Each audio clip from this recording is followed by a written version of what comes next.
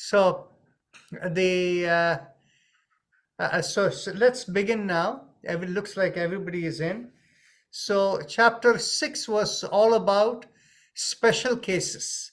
That is, in the case of children, in the case of during the menstrual cycle of women, as people age, how is yoga applied? So that was what was yoga. Chapter 6 was all about, and chapter 7. I cannot connect my audio. I cannot connect my video.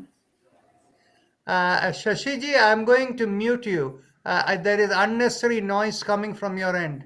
I cannot connect my video. Okay, here you are. You can now connect to video. She was saying that she cannot connect her video, but she's here with us. I gave her the option to be a panelist. She didn't accept it, so I allowed her to speak. Okay, now she's okay. Okay. So, as I said, chapter 5 and 6 I have said what they are, and chapter 7 is simply about the experience of one person called Bhrigu.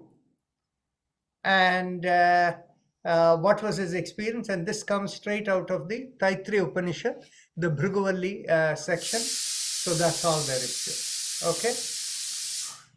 So now, having recognized that, we can, why don't I do the following? Satishji, would you like to share for everyone a kind of a 3 to 5 minute summary of chapter 5?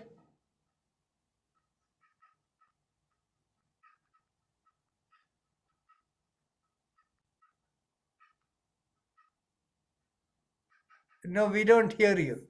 You're muted.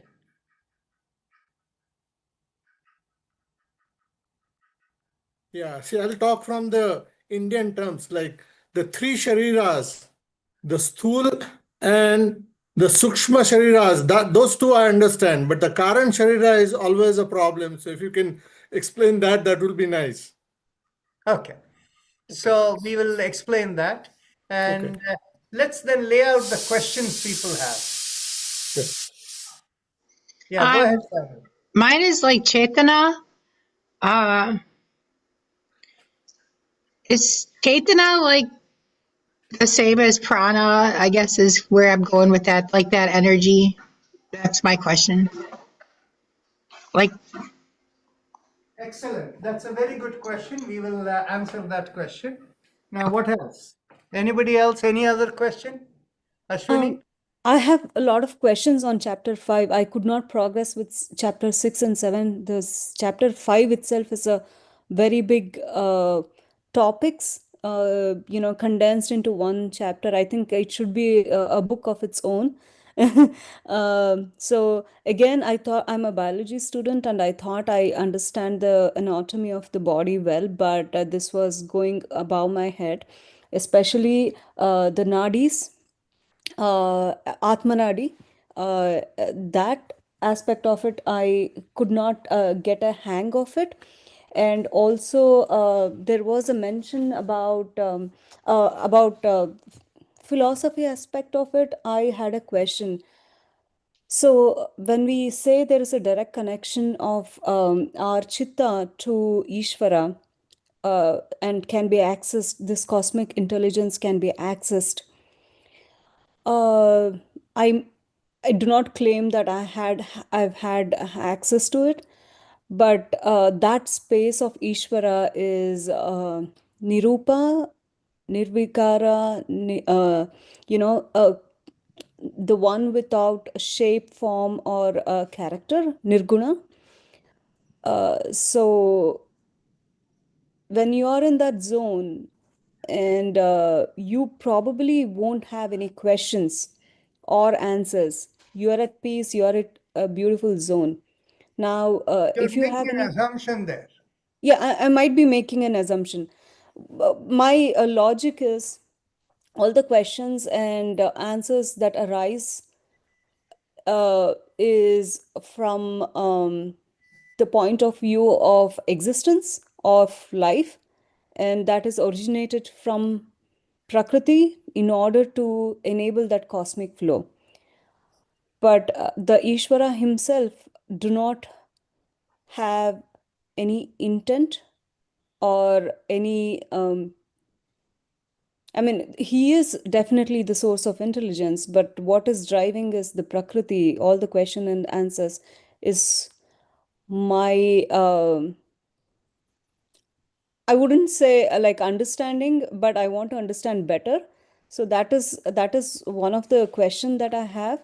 Like, does really Ishvara gives you the answer, or is it through Prakriti, which is like, enabling us to live, have questions like what is life purpose, all this, All your which is life purpose question comes from Ishvara. Okay, but now that you have laid out this questions, all this thing, let me kind of, I heard from three people various questions. So but let me kind of give a summary overview. That way, it'll help everyone. The Okay. So first thing is, two things need to be understood very clearly. When people talk about the three bodies in a person, or this, what they call the gross body or the stoola sharira, the suksma sharira, the subtle body, and the karna sharira, the causal body.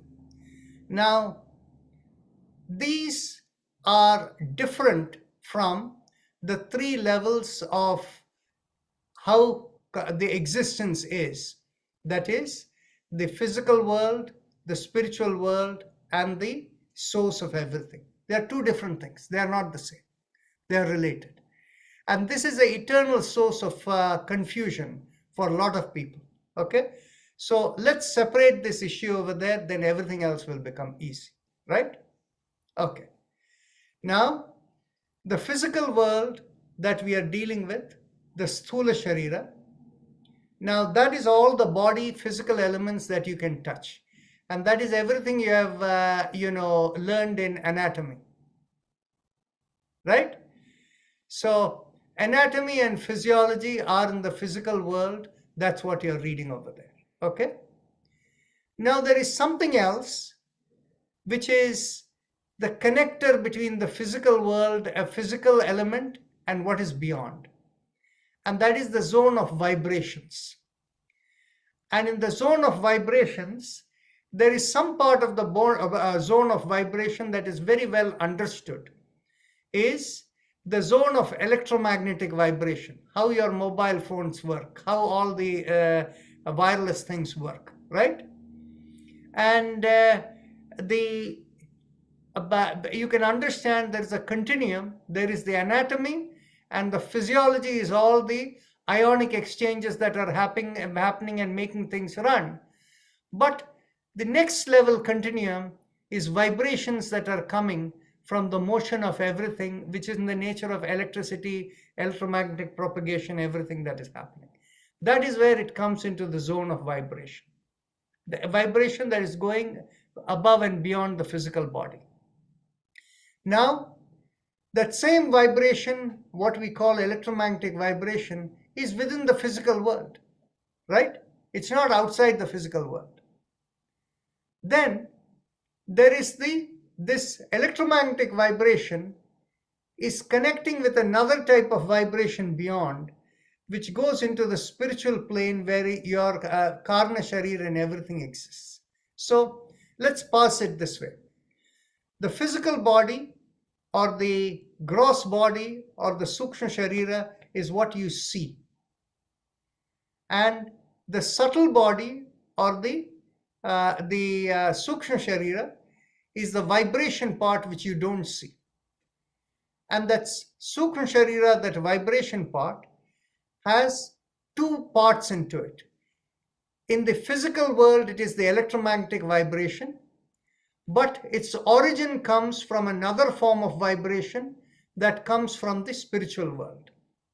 So the suksma sharira has one leg in the spiritual world and the other leg in the physical world. That is the nature of the suksma sharira. And then where does the Karna sharira exist? It exists in the spiritual world.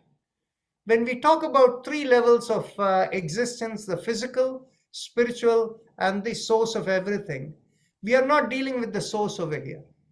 The three shariras, or the three bodies, are entirely within the physical and the spiritual world. Everybody clear on that? See, What do we call the vibrations in spiritual world, Ranji? okay.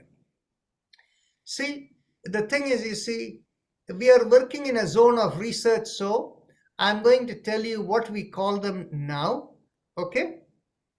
But because nobody has been able to do a research, there is no prior information on anything over there. The closest that we come to is what we call as scalar wave vibrations, okay? And what is exactly scalar waves? The concept of scalar wave is as old as Nikola Tesla, okay? What happens is, if you have those of you who know a little bit about the nature of vibrations, if anybody is inducing an electromagnetic wave, they call it as a sine wave going like this. Now what happens is, you have a sine wave going like this. Now you create another vibration which is one phase apart. One phase apart means it is working in a way where it is, whenever the sine wave of the first one is going down, this is going up, right? So if you create a vibration that is one phase apart, what happens is both the electromagnetic vibrations get neutralized. By the way, it can be audio vibration or it can be electromagnetic vibration. They get neutralized if you generate one apart, okay? So when you do that, what happens? It feels in the physical world, it feels there is silence, there is no vibration happening. But the laws of physics is, there are two sources of energy that are creating vibration. It cannot disappear. What happens? It actually goes into a different kind of waves outside the physical world. And those waves, nobody knows what happens where it goes, but those waves from a conceptual standpoint are called scalar waves. Okay? So the thing is basically, the subtle body is vibrations that span from the physical world to the spiritual world. Okay? In fact, this is so difficult to understand. I can give you an analogy, but the analogy is as far as we can go. That is not a complete answer. Okay? The analogy is the following. All of you here are using mobile phones, right? So in the mobile phone, when you call somebody and you're talking to them, you're literally talking on the phone like this, or on a speaker or whatever. And I'm going to try for each of you to bring your hand in front of you and just say a few words, okay? Just say, tell me what, and speak to your hands. Tell me what, say it. Can you feel a vibration hit your palm? Tell me what, it is audible. I didn't feel it. Well, you didn't feel it because you didn't speak loud enough. I can hear when you speak, I can hear it here. But anyway, the thing is basically, if you speak loud enough, you'll feel there is like air blowing into your palms. Keep your palms close enough. Okay? And you'll feel like air blowing in your palms when you speak. So when the words come out, physical, the sound words that are coming up, they are moving physical particles. Okay? And this is what is called audio frequency. It's moving physical particles. Now, when your mobile phone is communicating through the space, it is not moving the same physical particles you are moving here. So those are called electromagnetic frequency. So there is a conversion process going on When you speak, it is audio frequency, but your microphone on your mobile phone converts it into electromagnetic frequency and sends it to the receiver's phone. And at the receiver's phone end, the electromagnetic frequency is converted back into audio frequency so that you can hear the sound, right? So how does that happen? Within the microphone, there is something called a diaphragm. And the diaphragm is literally something that is moving back and forth. And behind the diaphragm, so the diaphragm when you speak gets hit and it starts moving. And behind that, there is a little magnet that is spinning. And that magnet that is spinning converts the audio frequency into electromagnetic frequency. And that is the electromagnetic frequency that is traveling through the waves. And when it comes to the receiver's phone, there again the magnet receives it and it moves another diaphragm. When it moves another diaphragm, your loudspeaker, your speaker over there gets activated and the sound comes out, right? So the thing is, you see, the analogy I'm going to give you is exactly this. Think of this, that in the physical world, we talk about gravitational waves that are there everywhere. The gravitational waves, the covering of the world, that is what you can think of it as a diaphragm for the physical world. So the scalar waves are hitting the diaphragm of the gravitational waves, and that gets converted into a different kind of waves that connects with the in the spiritual world. Okay, I'm trying to give an analogy of the conversion, but really it's only an analogy. It's not really exact science because nobody knows what it is, right?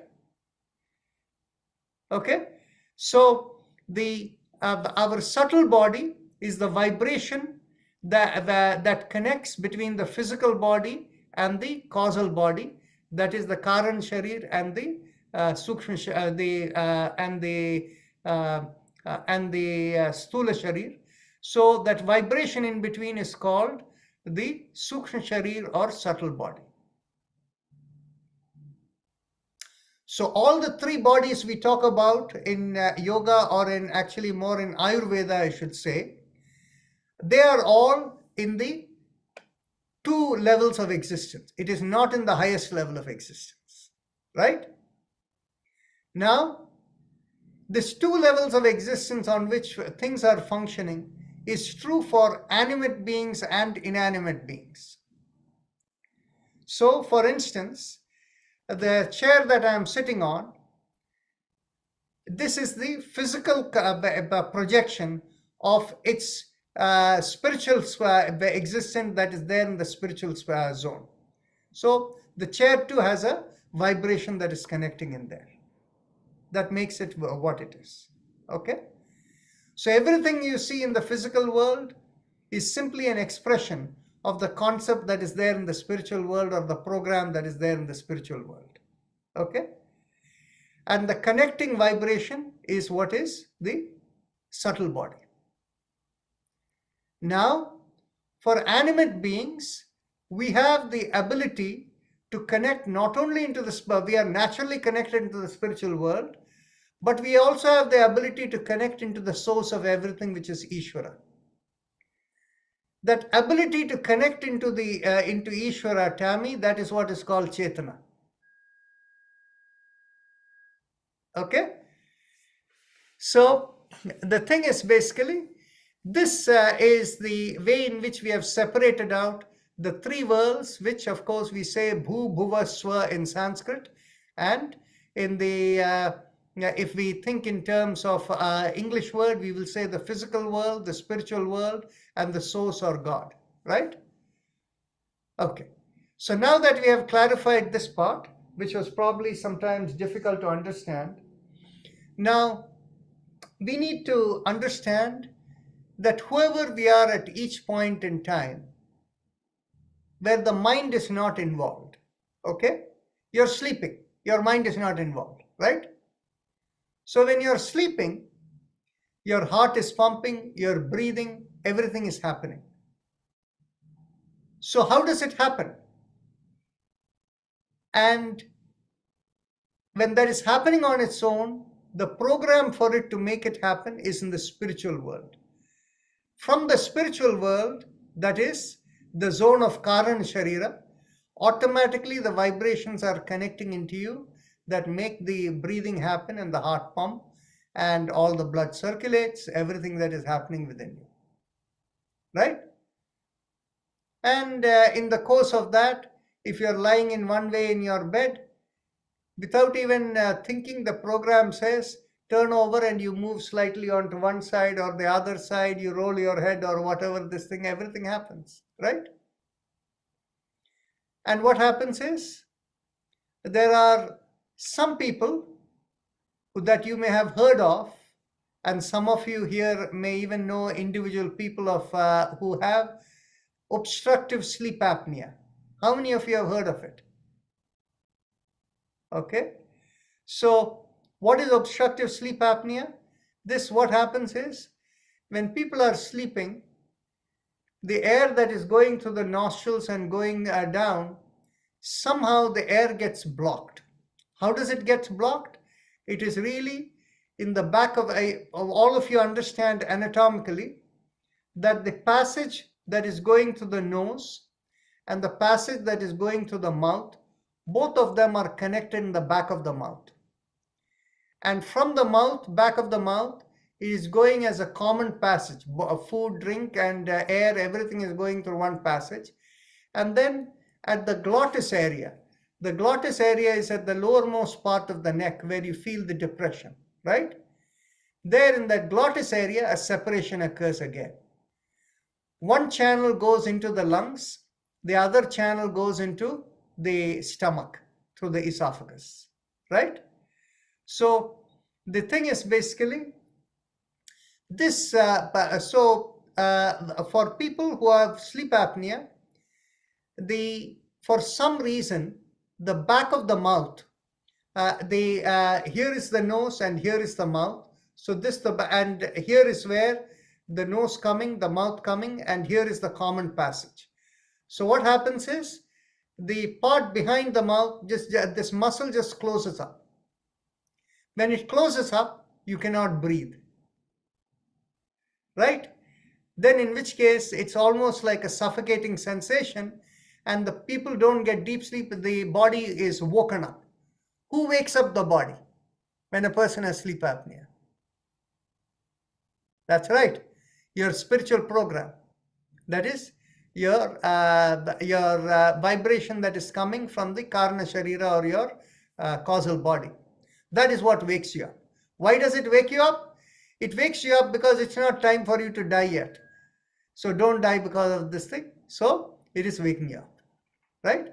So every moment in time, whether you realize it or not, we are connected there into the spiritual world, your Karna Sharira. Now, when you're awake, what happens? When you're awake, your mind gets active, but let's say the mind is quiet. You're not thinking anything, you're just there. Okay? Right at that time, your bell rings, your doorbell rings over there. Okay? So what happens? Then your mind becomes active. Oh, I have to go and open the door. Right? Now, what happens is, if you're individually thinking of yourself, the world doesn't work that way. Every moment you're living, there is interaction happening through the rest of the world. Even if you're sitting quietly inside your home, you may not realize that the electricity coming into your home is an interaction happening with somebody else. Okay? So, but if somebody is there or if the doorbell rings, there is active interaction, right? So what happens is, what is causing the active interaction? What is causing the active interaction is, they too, each other person, everybody is connected into the spiritual world, their Karna Sharira, right?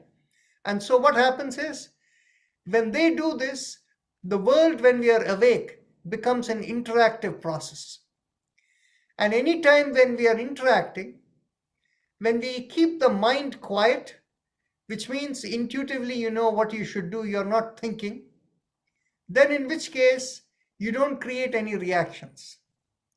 Whereas on the other hand, when you react, like for example, the doorbell rang, okay?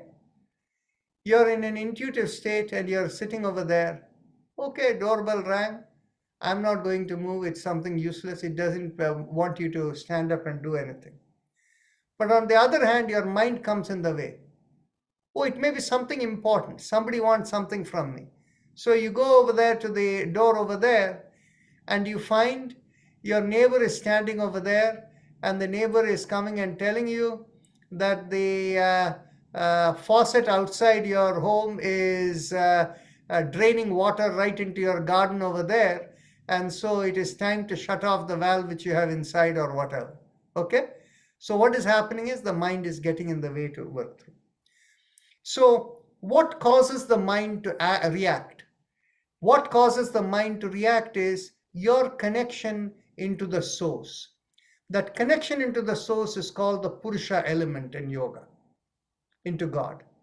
Whereas your connection into the spiritual world is called your higher Prakriti element, right? So we are a combination, live people are a combination of Prakriti and Purusha. When you have a connection into Purusha, you have Chetana, right? So now that we understand this, every time when the mind comes in the way and you react, you create new programs for yourself. There are different degrees of it. When you start liking something and you get absorbed in it, and you're only absorbed in it, you're not reacting too much into it. Like somebody who loves music, they're just hearing the vibration, they get absorbed into the music, right? Then that creates something that is called your leaning. And this is what in the Vedantic thing, they call it as vasanas.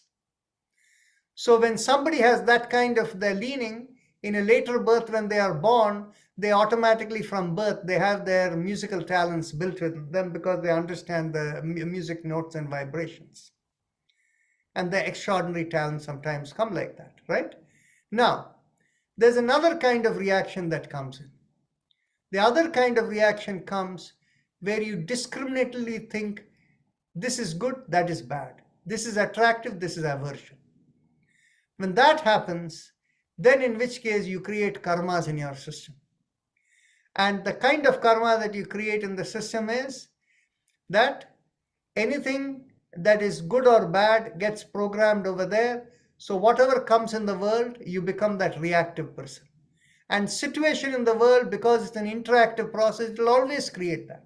It's not you individually who's living in the world, right? In the interactive process, it will always create that.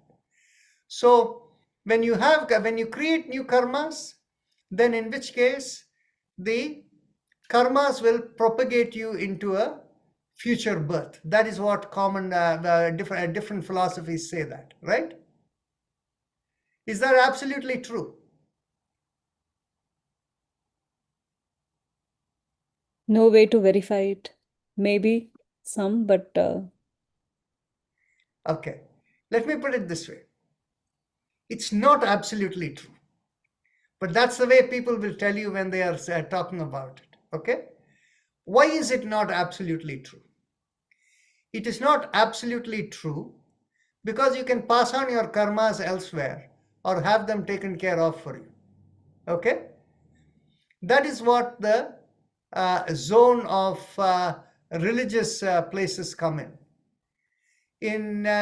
Both in the Hindu system and in every other religious system, think of Roman Catholicism, okay?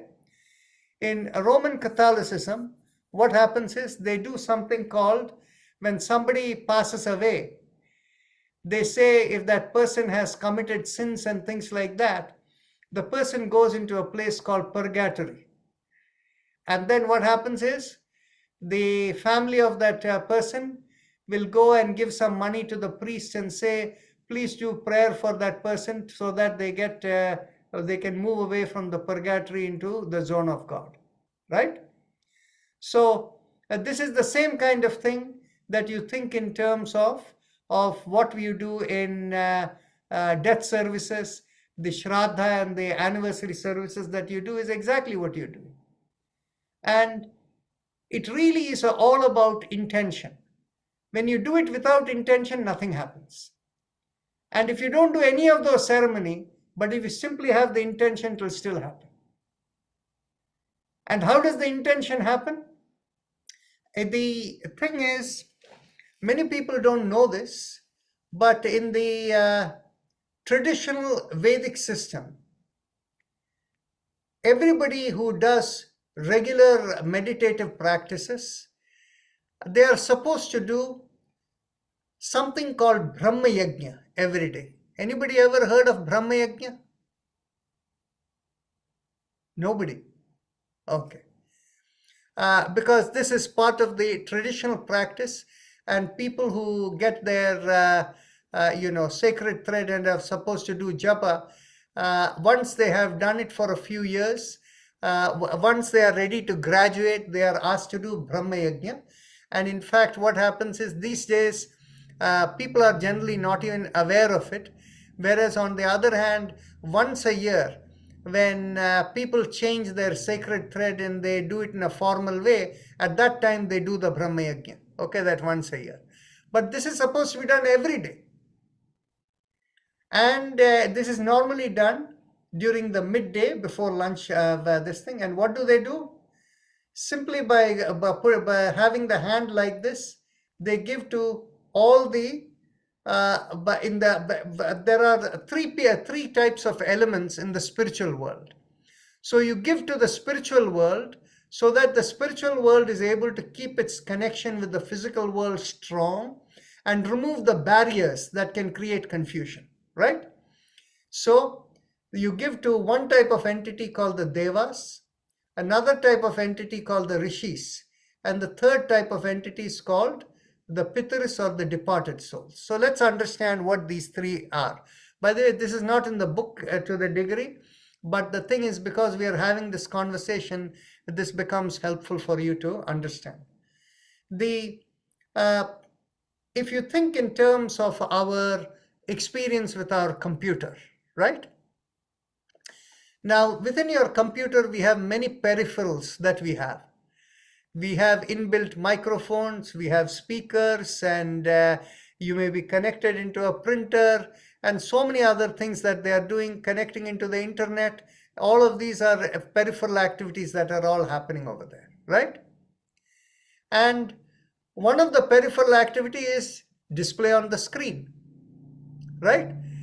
So if you have a computer or something and you want a bigger screen to connect, you need a driver to connect into that. You need a driver to connect into your microphone. You need a driver to connect into your printer. All the peripherals are all the elements that you actually observe. In fact, right from the keyboard to your display screen, they are all connecting through a driver in your motherboard. And that is what is enable everything to happen, right? So the driver that is the connector into all the peripherals that we are working with, the cosmic driver are called the devas or the devatas. Okay? So the devatas enable all the functioning of your body, including your connection into the spiritual zone. Okay?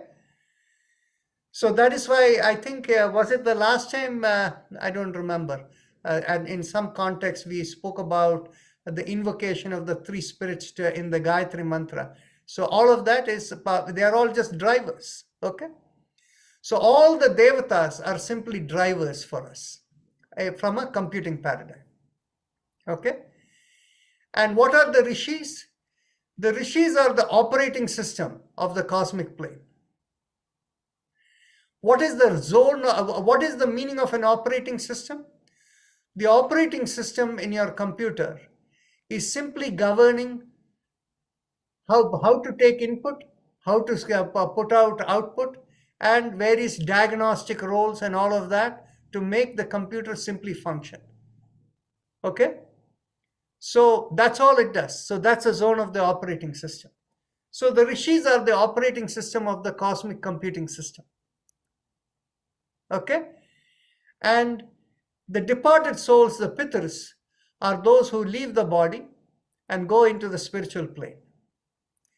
And those of the departed souls that are hanging in the spiritual plane, their program needs to be dissolved so that they can go into, either they can elevate into the zone of God, or what it is they get completely demagnetized and dissolved. So this is depending upon which way it comes, both are equally valid. In certain religions, they talk about salvation, that is, the spirit becoming one with God. And in other, they talk about liberation, which means it gets dissolved. Okay? So this is the key difference in some of the Yoga Sutra words. You will not find the word, moksha in the Yoga Sutras. You will find the word kaivalya in the Yoga Sutras. Okay? Kaivalya is about becoming one with the source. Whereas on the other hand, when you talk about moksha, it means liberated. Okay? So obviously in kaivalya, you're also liberated. But it could also be, when you talk about moksha, it can be, you talk about getting dissolved. And this is where, more it is closer to the Buddhist philosophy that everything is Maya, and once the mind goes out of there, everything gets dissolved, nothing exists after that. Okay? So these are the two terms that come over there.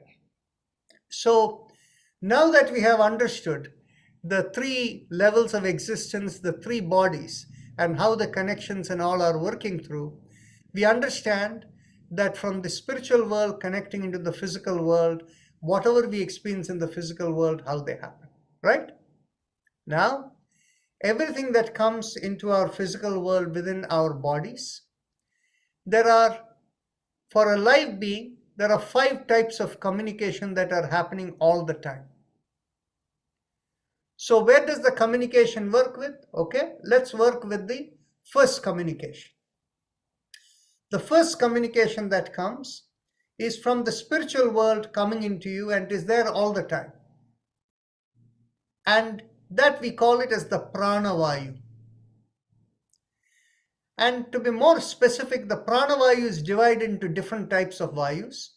So the pranavayu comes to the top of the head and is going along the spine, all the way down to the tailbone. So once the pranavayu stops, the person is dead, right? You can put the person in a heart-lung machine, but they'll never wake up, right?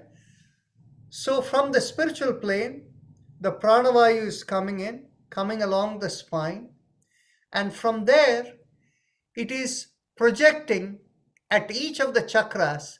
It is projecting into the middle of the body where the chakras are.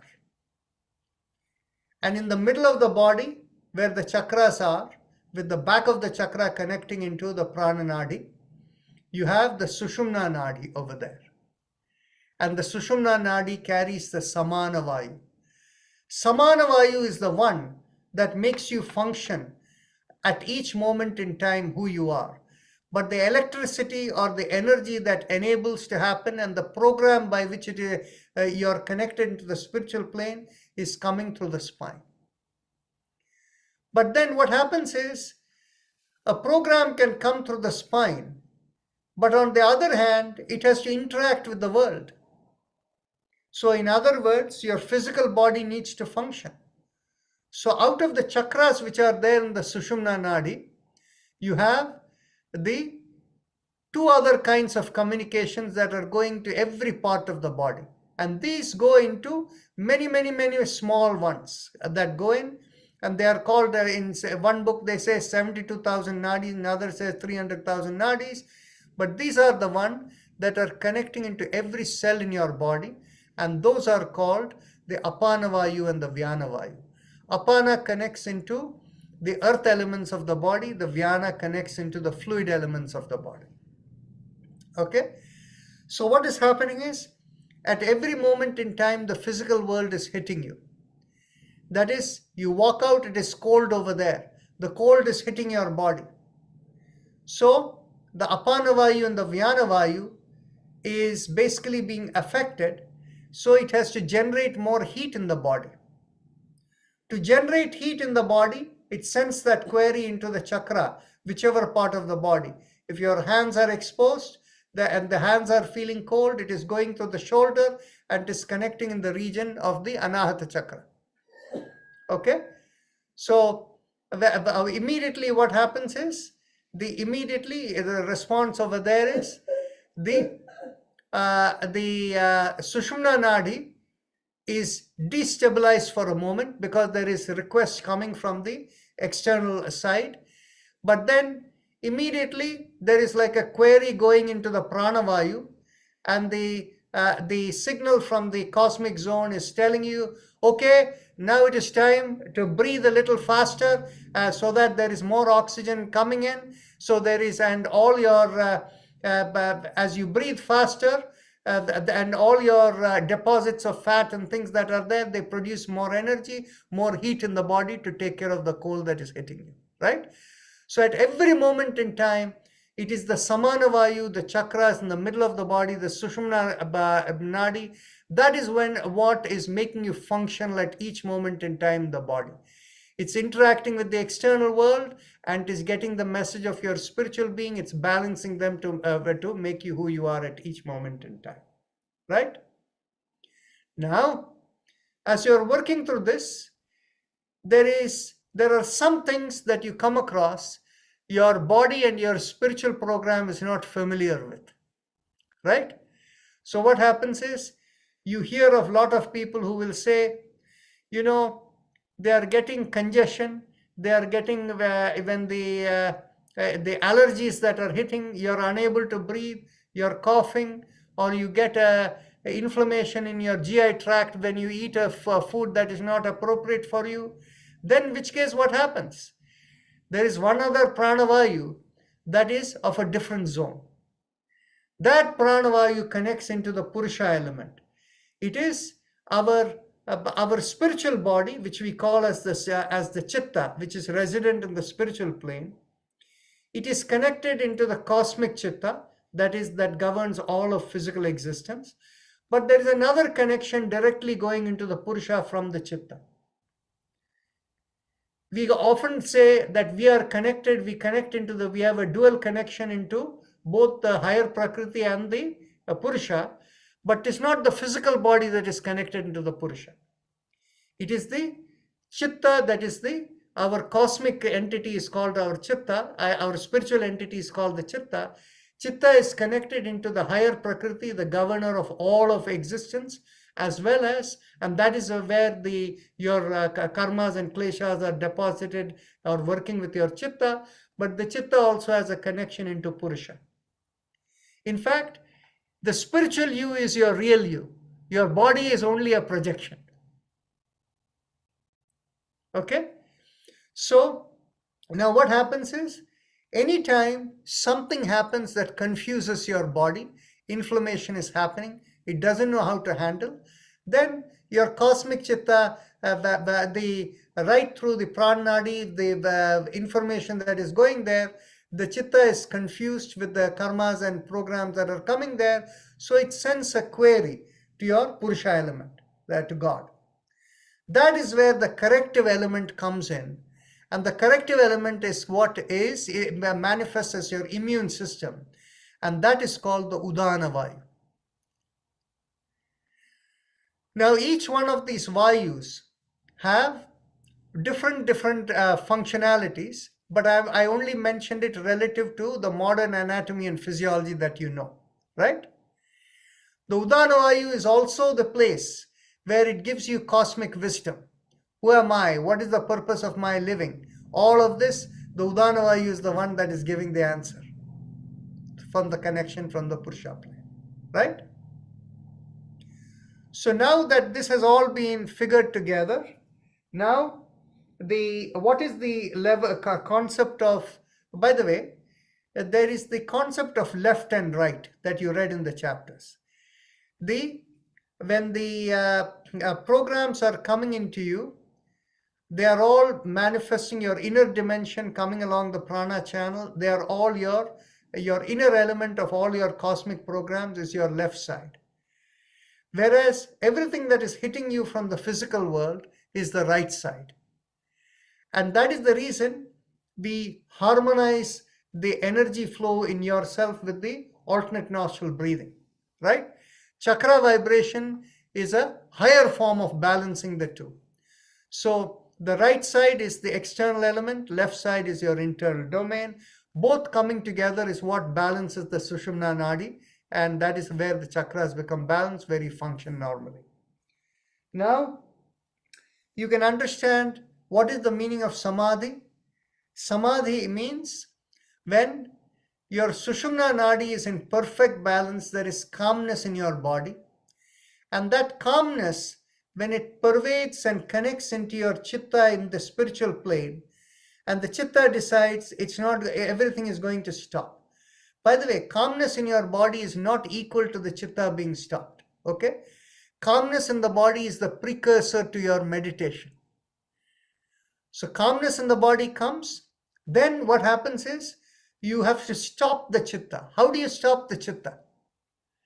To stop the chitta, you want to be so quiet that the chitta has no work to do. Because the chitta is connected into the higher prakriti, where all your karmas and kleshas are fruitioning. It also has a potential connection into the purusha. So what you want is the effect of the karmas and kleshas, you want to stop it. And what happens is, whatever comes over there, you become non-reactive to it.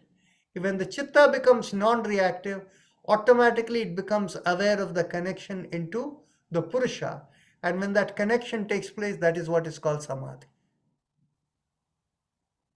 Right? Now, you can really understand now that your true nature, who you are really, is the spiritual being. The body is only the manifestation.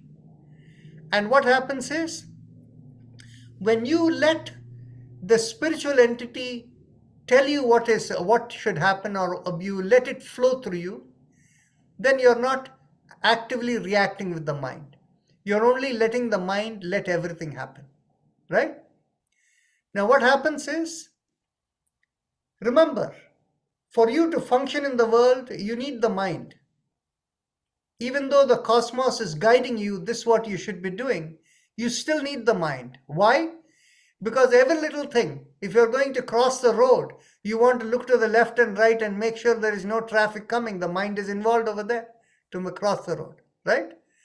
So the mind is only involved to the limited extent where it needs to do its job, having to fulfill the karmas and all the programs with which you have come in, right? That is the limited purpose of the mind.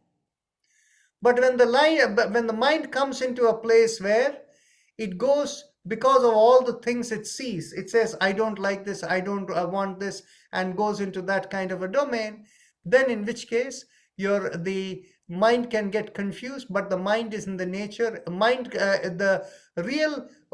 does your mind function from? It is your purusha connection. That is why anything inanimate does not have a mind. Animate has a mind, right?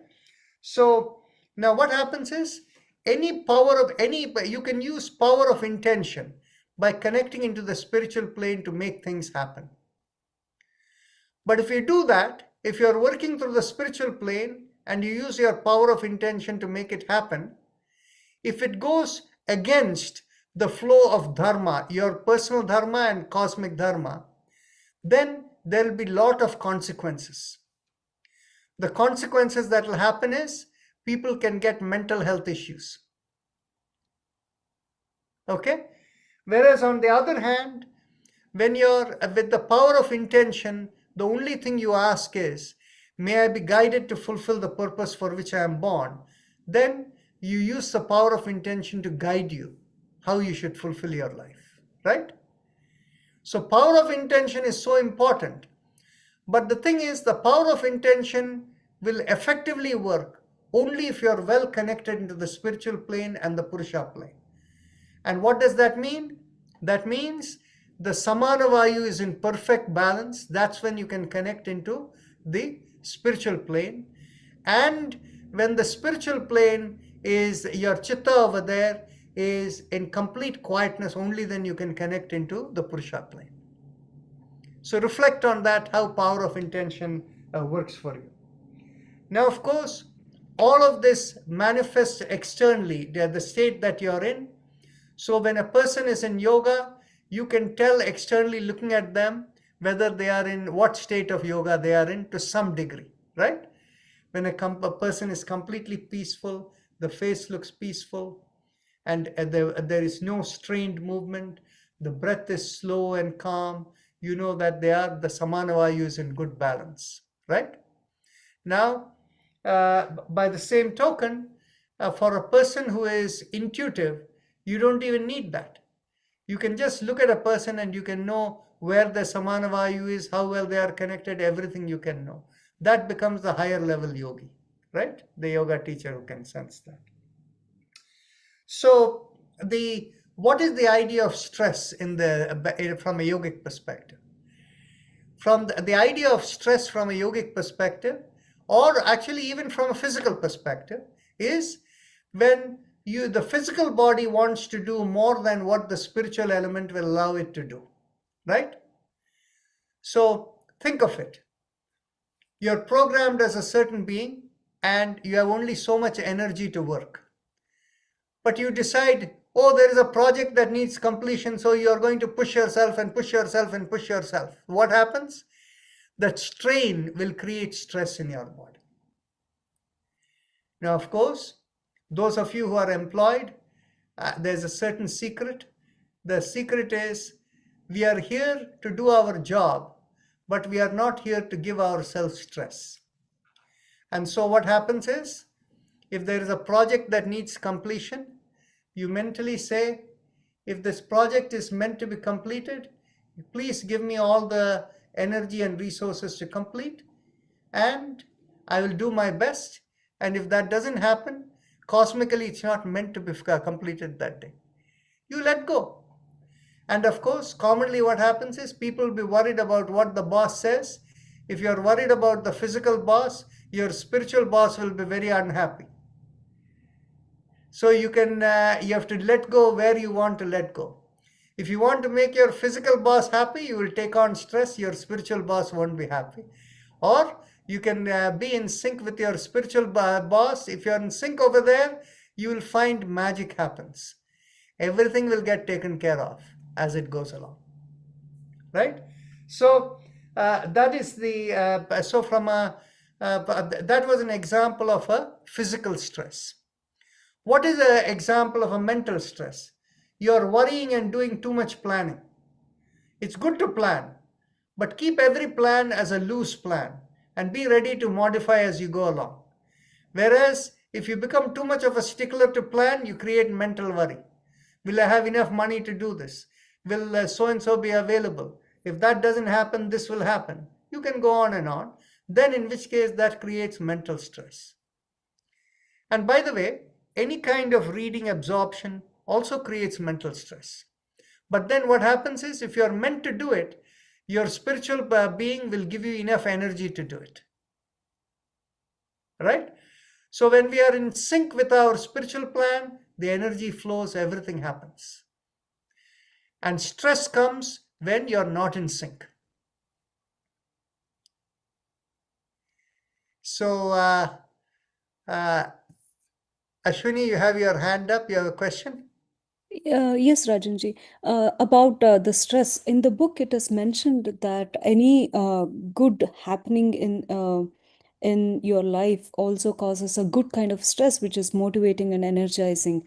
With a yoga perspective, is it a good one to have? Is it Very good recommended to? question. Very good question. See, what happens is in the field of psychology, people talk about eustress and distress, right? Eustress, they say, is when positive things happen in your life, you become enthusiastic, excited, right? So what they don't distinguish between is when whatever is happening in your life is in sync with your cosmic plan, you get all the energy to go and fulfill, right? Whereas on the other hand, to fulfill it, if you exceed your capacity, you go into stress mode from a physiological perspective.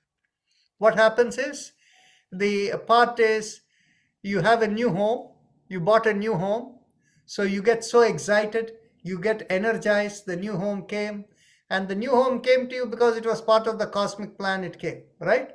So everything came, and now you're burdening, I have to buy these draperies, I have to go and do this, I have to do that, I have to buy this furniture, that furniture, and then, oh, I have to get it all done by this weekend, otherwise I will not be able to function my regular work and all of that. When you go into that level of this thing, finally it goes into a stress level where the body cannot take it anymore and the mind cannot take it anymore, right? So from a yogic perspective, that is bad because it drains. For eventually what happens is it drains. But initially it is giving you positive energy. And so from a psychological perspective, they will say stress is giving you more energy. So the psychological view of eustress and distress, we don't subscribe to. That's the psychological view. They don't understand yoga. Right? Agreed. I think that is the main concept of Yoga Sutra also, to be non-reactive, be it good or bad, right? Yes. Okay. So now we have only 3 minutes to go, but the questions that you brought up were very good question, and the chapter 5 I have taken care of. I'm going to summarize chapter 6 and 7. It is very simple. In chapter 6, people often talk about yoga for children. Okay? Now, if we are all cosmically connected, what do you call yoga for children? These days, when people talk of yoga, they are not talking about the yoga we are talking here. They're talking about the stretching in the yoga studio, yoga asanas and breathing exercise. That's what they're talking about. Okay? Now, in the case of children, the nadis or the connections are not fully formed and connected into their spiritual karmas and kleshas, your program, your spiritual program, until puberty. So before puberty, any kind of physical hatha yoga exercise is prohibited. They should not be doing it. What they do naturally in fun and games, that's all they are permitted to do. Anytime when they stress themselves to do something, it is not allowed for children. Okay? And this is not something that is well understood. So, and once you understand, yoga is about connecting in supreme ease. That's what it's all about. Then in which case, you will understand when women are having their menstrual cycle, they should not force themselves to do any yoga practice. It is all about being in sync, whatever makes you in good this thing. You can do mantra japa, you can do pranayama, you can do gentle exercises. That's what you can do, all of that. Now, the same way what happens is as people age, their body is not in a physical condition to do the kind of asanas young people do. So that's not necessary. So what happens is yoga is for all people at all life cycle when you understand yoga correctly, and most of the world doesn't understand it correctly. That is why there is things like children's yoga and this yoga and that yoga and all of that. But it's really one.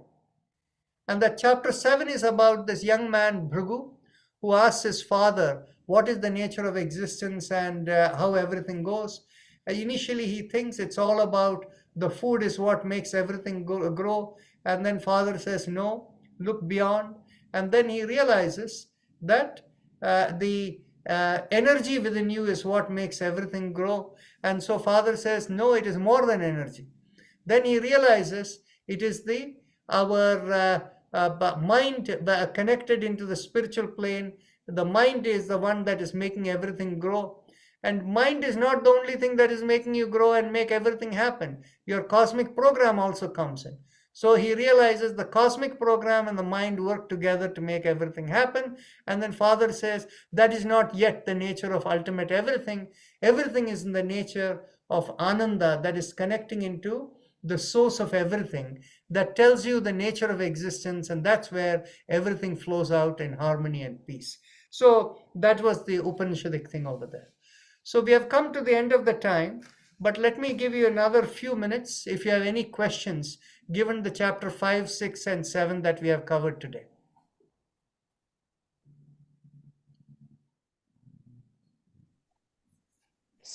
Sorry, if nobody has a question. What Oh, about go ahead, Sarlaji. one question? I have a The question. children in the school, they learn to do sports and they are given the training. So sometimes it's very hard training, and they go into the national teams and all the things. How about that? That is where when people learn to, modern world functions makes people into idiots, right? So that's an idiot's way of living life. Okay. Yes, go ahead. Yeah, Tatiana, Tatiana. Yeah. my nephew has got two small boys, and he takes his older boy climbing mountains, climbing Himalayas from age of 3.5. And now he's about 6, and they cannot put him to school with others because they think he's behind. So he's still in nursery school. Yeah, the thing is, as I said, when people behave like idiots, this is what happens. I cannot tell him he's an idiot. No. But you don't even need to say anything to them, because what it is people run through their karmas like this. They have multiple lifetimes till finally they let go, and so each person, they are in their own cosmic play. By the way, it is naturally in the nature of existence. People have to function as idiots. Why? Because nobody has full knowledge of the nature of existence. So everywhere, when we fall short, when we behave like idiots, it is because naturally we don't know the nature of existence, and that's what causes stress in the system. It creates physical disabilities, mental disabilities, all of that come along. So we shouldn't blame anyone. That's the way they were meant to be. Okay, thank you. So we'll close for today, and we will see you all next week. And whatever is the reading assignment for next week, I think goes into the pranayama segments. So we'll begin that conversation next week, right? Can we get the recording of today's lecture, please? Ragini, go to Ragini and she will give you everything. She'll probably give you in the next email, right? Okay. Thank you. Thank you, doctor.